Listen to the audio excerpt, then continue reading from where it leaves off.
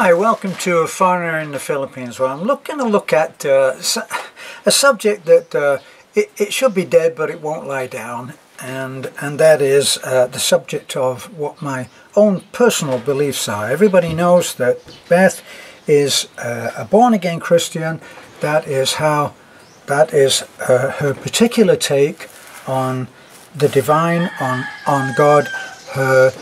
She considers she looks upon Jesus as her personal saviour, and I can relate to that, so much so that even though I don't consider myself a Christian in the same way that she considers herself a Christian, I wanted to go through that, through the baptism thing. Right now, my parents came. They had what was back then in England, it was a mixed marriage. And they never discussed it with me, never told me who was what and what was which. But one of them, my mother or my father, whoever, was Catholic, and the other was Protestant. Oh boy, in a Catholic society, this is tough stuff, I tell you. They both made a decision that in order for them to be with each other, they would each reject their own family because of staunch beliefs in both the Catholic religion and the Protestant religion. So that was a mixed marriage back then. Right, now, so obviously I was baptized as a Catholic. I never followed the Catholic religion. It's not for me. Neither is what I call organised religion, which I've often referred to rather disrespectfully as organised crime or big business. Not organised crime, big business. And I still tend to think of that. I look at fabulous churches and very poor people, and I wonder what the use of that money could be.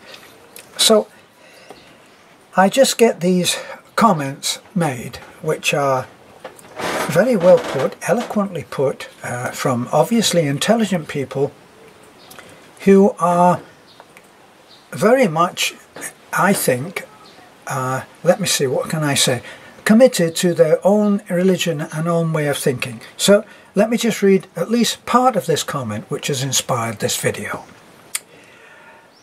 Where will you be in 5 years? Where were you 5 years ago? That was the video that this comment inspired.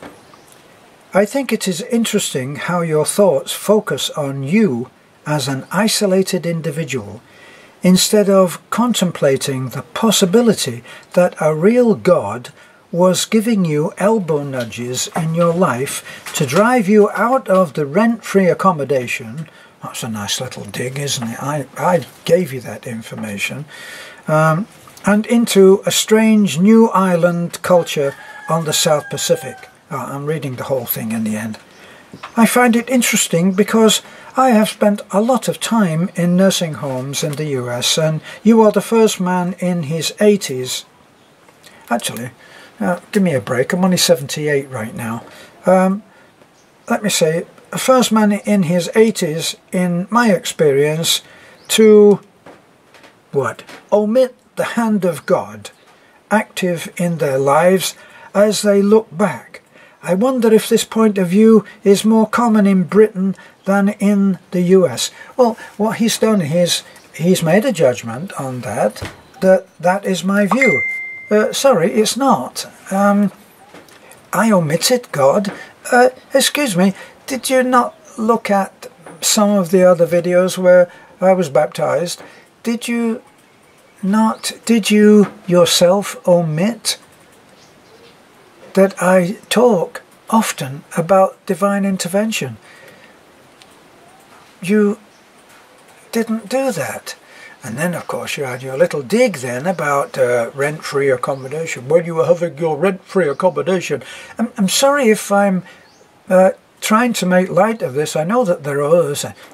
You're mocking your subscribers. Hold on a second. If my subscribers mock me, am I to just shut up and say nothing Well, sometimes I want to say something. Now, let's just look at what my beliefs are. My beliefs, as I've said many, many times, is that I do not think of God as being like the grandfather in the Waltons, as many people, quite rightly for them, seem to think. They think of God. They think of God on high, with Jesus at his right hand, and all of this kind of symbolism, and it works for them.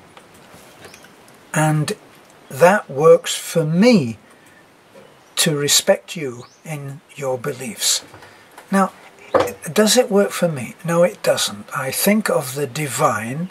I think of myself as being a very, very, very low little chip off the old block of the Creator, of the divine, of some incredibly huge, magnificent power, which, while I'm anchored in this body, such as it is right now, I will never ever be able to completely understand.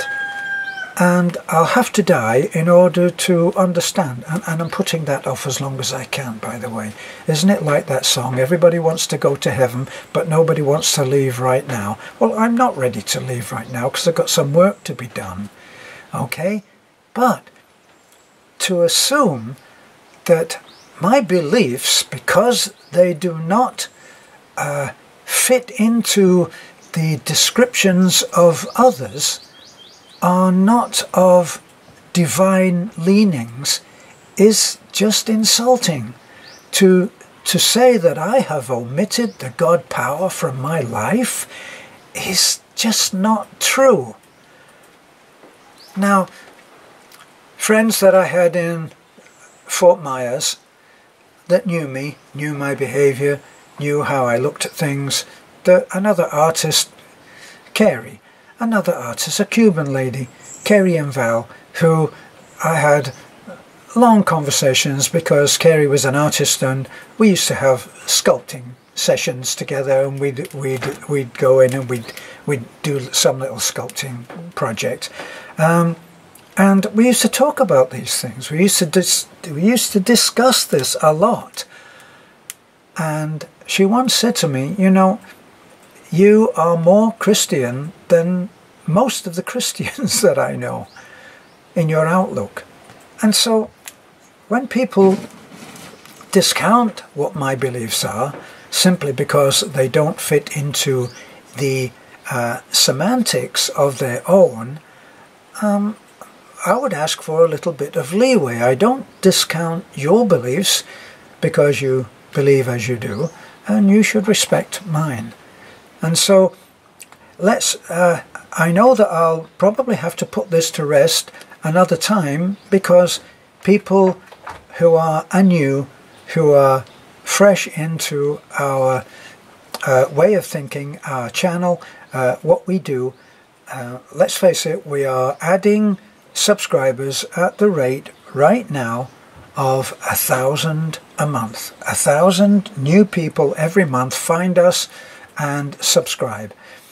And actually, here's the sobering thought too, is 36% of those who view our channel, only 36%, I think that was the last one that I looked at, only 36% of those who view our channel on a regular basis are subscribers. Others, probably I'm guessing, coming from Facebook, where if you like something, oh my God, the next thing you'll be under an avalanche of Joe like this, and Mary like that, and Harry like the other, and it's like you're caught in I don't know, you're on a treadmill of stuff that's all to do with something that you just happen to say, oh, I like that.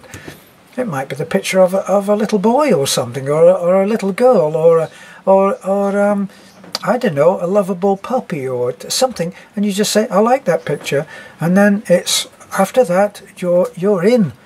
And so coming with that mindset, maybe that's why they prefer to be invisible. And we've actually had visitors here who have made a point of coming out to see us and stay with us, and have said, no, I prefer not to have videos taken of me. I prefer to be invisible. And that's what they are. So I hope that I won't have to do this again so soon. I don't discount the way that others think of God, the divine, the universe, whoever, whatever you describe this great power, which is what guides the entire universe and universes. I respect whatever you think about that, and I'm on record as doing so, and I'm on record as saying that divine intervention is very much a part of my life. That's why I'm here, because I listened. God didn't give me an elbow to nudge me along here. Well, you could say that, but that would be your way of looking at it. For myself, I was paying attention to incoming calls, whatever they were, from whatever quality or nature or any of those kinds of descriptions. And I listened, I paid attention, and I acted upon what I thought was good faith reasonings. This is a foreigner in the Philippines. What should I say? God bless you. May the universe return all to you that you do require. Is it the secret? Is it whatever? I respect it. It's okay for me. Let mine be okay for you.